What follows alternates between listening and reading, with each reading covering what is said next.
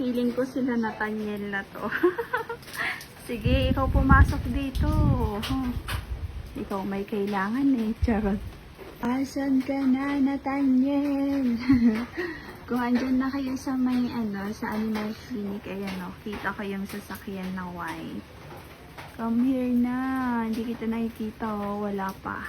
Yun, may naglalakad na, feeling ko siya na to. Ayan, siya na yan o, pustahan tayo. Nat, ayan.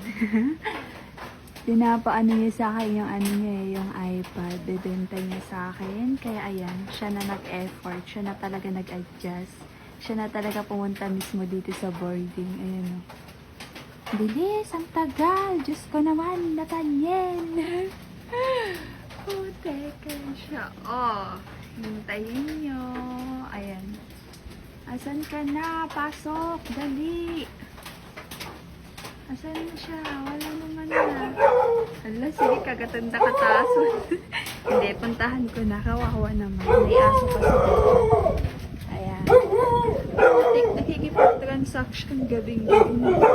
Anong oras na? Hi!